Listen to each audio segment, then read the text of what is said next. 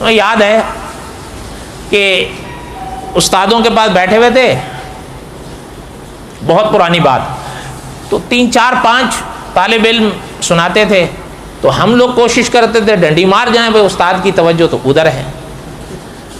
میں جب ایک دفعہ آیت سبق تھا تو سنا رہا تھا، تو قرآن پاک میں آتا ہے نا، لا تقربا ہذہ الشجرہ، اس درخت کے قریب نہیں جائیے۔ اب میں تو سوچا بھائی استاد کی توجہ تو ادھر ہے، کالا میں وہاں یہی پڑھ لیا لا تقربا۔ اچھا استاد نے فوراً، حالانکہ وہ ادھر دیکھ رہے ہیں، اس کا کہتے ہیں میں پھر بھی ویسے کہتے ہیں اب سمجھ میں نہ آئے، فرمایا پھر چہرہ ادھر کیا، فرمایا اب بھی مجھے وہ یاد ہے، فرمایا کہ یہ جو لفظ پڑھے ہو نا، لا تقربا نہیں، لا تقربا، اگر لا تقربا پڑھو گے معنی بگڑ جائے۔ جی وہ کیسے؟ فرمایا یہاں دیکھو اللہ تعالیٰ فرما رہے ہیں لا تقربا ہذہ الشجرہ، آپ دونوں اس درخت کے قریب نہیں جائیں۔ مراد حضرت آدم اور حضرت ہوا، یہ لفظ ہے، لیکن تم نے پڑھ دیا لا تقربا، الف کھا گئے ہو تو معنی بن گیا آدم آپ ایک اس درخت کے قریب نہیں جاؤ۔ معنی بگڑ گیا یا نہیں؟ اور یہ فقہا نے لکھا ہے کہ ویسے تو چلیں ویسے صحیح، لیکن نماز میں اگر یہ صورت آ جائے یہ بڑی خطرناک صورت ہے، کیونکہ لفظ کے معنی بدل رہے ہیں، معنی بدل رہا ہے۔ اگر نماز میں کوئی قرات کرے تو پھر نماز کا حکم کیسے باقی رہے گا؟ اب دیکھیں نا، ہمارے اپنا آپ کو یاد ہوں گے امان اللہ صاحب، امام امان اللہ صاحب، یہ بڑے حضرت سے بھی پہلے کا دور ہے، وہ جب پڑھایا کرتے تھے تو یہ چیز ہمیں انہوں نے بتائی تھی، ہم بھی ایسے پڑھتے تھے، اور وہ عام طور پر میں نے دیکھا ہے، اللہ تعالیٰ معاف فرمائے، کبھی ہمت نہیں پڑتی کہنے کی، کسی کو کہیں تو سامنے اللہ ناراض ہو جائے، روٹھ جائے، پھر کیا؟ یہ بڑا مسئلہ ہوتا ہے، خاص کر جب آذان دیتے ہیں ہمارے لوگ۔ آپ نے سنا نہیں اللہ اکبر، یہ فقہا نے لکھا ہے، اب میں آپ کو جملہ فقہا کا بتاؤں تو آپ ڈر جائیں گے۔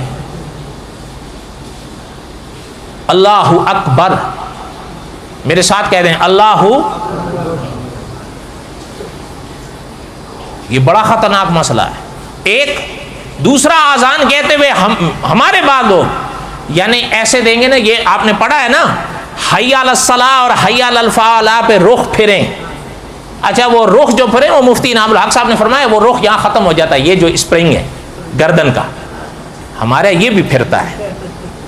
حالانکہ فقہا نے لکھا ہے جو اس کی نے آذان دی اور اس کا یہ سینہ کعبے سے پھرا، آذان ٹوٹ گئی۔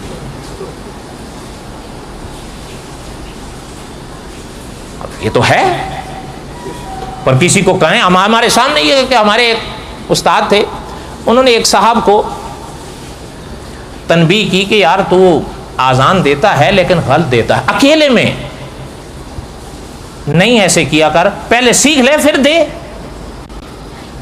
وہ گومی ہو، بلکہ بعد میں مجھے استادوں نے بتایا کہ یار سنا ہے، وہ کہتا ہے جی اب حضرت ہماری آذانوں میں ہی غلطیاں نکالتے ہیں، ہم کیا کریں۔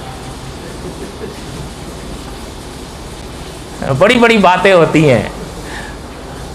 بڑے پرانے نمازی سے ایک دفعہ ہمارے ایک استاد تھے، انہوں نے پوچھا دعائے قنوت سناؤ۔ کیا سناؤ؟ بولو نا۔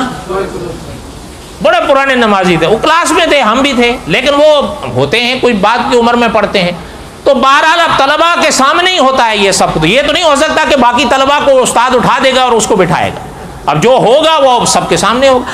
استاد نے کہا اچھا ذرا دعائے قنوت سناؤ۔ اس نے کہا اللہم اغفر لحینا میتنا شاہدنا غائبنا صغیرنا کبیرنا ذکرنا انسان۔ جب انسانہ پہ پہنچا نا، آپ جانتے ہیں انسانہ کا معنی کیا ہے؟ بولو تو صحیح۔ اس کو تب خیال آیا وہ ہو میں نے تو اللہم انا نستعینک کا سنانی تھی، میں نے تو جنازے کی دعا سنا دی۔ بہرحال ہی خانہ ہما آفتاب آستہ، چاہے وہ چاہے ہم، ناراض تو نہیں ہو۔ اس لیے مولانا نور الحسن بخاری رحمۃ اللہ علیہ نے لکھا ہے دین اسلام کی باتیں کوئی شخص ماں کے پیٹ سے سیکھ کے نہیں پیدا ہوتا، اس کو اسی دنیا میں سیکھنا ہے۔ جو بات آپ سے عرض کر رہا تھا کہ وہ امام امان اللہ صاحب کی، جب ہم نے بھی کئی دفعہ دیکھا، خاص کر میں اور آپ نماز میں ایک ہی صورت یاد رکھے ہوئے ہیں، کون سی؟ قل هو اللہ. حالانکہ فقہاء نے لکھا ہے ایک ہی صورت ہمیشہ ہر رکعت میں پڑھنا نماز کو مکروہ کر دیتا. اپنے تھے نا شہید ختم نبوت مولانا یوسف لدھیانوی رحمۃ اللہ علیہ، انہوں نے لکھا ہے آپ کے مسائل اور ان کا حل میں کہ ہر نمازی کو کم از کم 4 صورتیں تو یاد کرنی چاہیے. حالانکہ زیادہ کرے لیکن کم از کم کتنی کرے؟ بھائی نماز کو کراہت سے تو نکال دے. پہلا لفظ اس سورت کا قل، آپ دیکھ لیں قرآن پاک کھول کے، قرآن پاک میں ایک بڑی کاف کہلاتی ہے، ایک چھوٹی کاف کہلاتی ہے، ایک نقطوں والی کاف کہلاتی ہے، ایک کتابی کاف کہلاتی ہے، ایک قلب والی کاف کہلاتی ہے، ایک قلب والی کاف کہلاتی ہے. قلب دل کو کہتے ہیں اور قلب بولو نا کتے کو کہتے ہیں. اب آپ قرآن میں ہے وَقَلْبُهُمْ بَاسِطٌ ذِرَاعِهِ بِالْوَسِيدِ. جب وہ غار کے منہ پر بیٹھا تھا، کون بیٹھا تھا؟ اب میں وہاں قلب کو قلب پڑھ دوں، اللہ معاف کریں پھر. اور یہاں جو آ رہا ہے قل، اس کا معنی کیا ہے؟ میرے پیغمبر کہہ دیجیے. صحیح معنی ہے اس کا یہ قل کیا کریں؟ میرے پیغمبر. اچھا پتہ نہیں آپ نے وہ پڑھا ہے مضمون یا نہیں، مجھے تو لگتا ہے انہی کے دوست ہیں. انہوں نے لکھا ہے قرآن میں یہ جتنے قل ہیں نا سب نکال دو. میں مذاق نہیں کر رہا ہوں، میں ممبر پر بیٹھ کر کبھی غلط بیانی نہیں کرتا، نہ افسانے تراشتا ہوں. اس نے لکھا قرآن میں جتنے قل ہیں سب نکال دو. کیوں؟ وجہ لکھی ہے، کہتا ہے قل تو اللہ تعالیٰ حکم دیتے ہیں اپنے نبی کو، تو آپ اور ہم اس لائق ہیں کہ اللہ کے نبی کو حکم دیں، لہٰذا قل نکال دو. اچھا صاحب قصص الانبیاء نے لکھا ہے ایک نے قل نکالنے پہ اترا ہے، دوسرا کو جائے گا وہ کچھ اور نکالنے پہ لگ جائے گا، تو پورے قرآن کو ہی فارغ کر دو پھر. او بھائی ہم اللہ کے نبی کو حکم تھوڑا دے رہے ہیں، ہم تو اللہ اور اللہ کے رسول کے حکم کے مطابق ان جملوں کی تلاوت کر رہے ہیں. ہم حکم کہاں دے رہے ہیں؟ نبی کو حکم دینے والی ایک ہی ذات ہے جس کو اللہ کہتے ہیں، اور انہی کے یہ جملے ہیں قل میرے پیغمبر کہہ دیجئے. امام امان اللہ صاحب فرمایا کرتے جب ہم نے غلط پڑھا نا تو فرمایا سنو قل یہاں سے نکالو. قلب کاف کا تقاضا کیا علماء قرات نے لکھا ہے وہ یہاں سے نکلے، ادھر سے. قل اب صحیح معنی پہ اترے گا، کہہ دیجئے. انہوں نے فرمایا اگر یوں کہتے ہو نا جیسے قل اوپر سے آواز کے ساتھ چھوٹی کاف کا تلفظ جب نکالتے ہو قل، اس کا معنی ہوتا ہے کھا لیجئے. کیا کیجئے؟ آپ تو یاد ہے نا، وہ تو سب کو یاد ہے، کلو واشربو، کیا کرو. ہاں تو وہاں چھوٹی کاف ہے. فرمایا یہاں جب اس کا تلفظ بنا کے پڑھو گے اللہ معاف کریں قل معنی بن جائے گا کھا لیجئے، هو اللہ احد، اللہ اکیلا ہے. معنی بگڑا یا نہیں؟ اب اگر میں اور آپ اپنی نماز میں یہی صورت پڑھنی تو کم از کم اس کو تو صحیح پڑھیں. کوئی بات سمجھ میں آئی ہے؟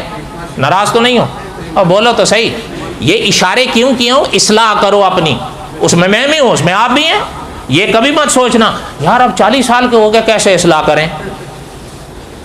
نہ، آپ نے تو سن رکھا ہے نا کہ خدا کے دین کی باتوں کی یہ شان ہے من المہدی الی اللحد، ماں کی گود سے لے کر قبر کی گود تک سیکھو پھر بھی پورا نہیں کر سکو.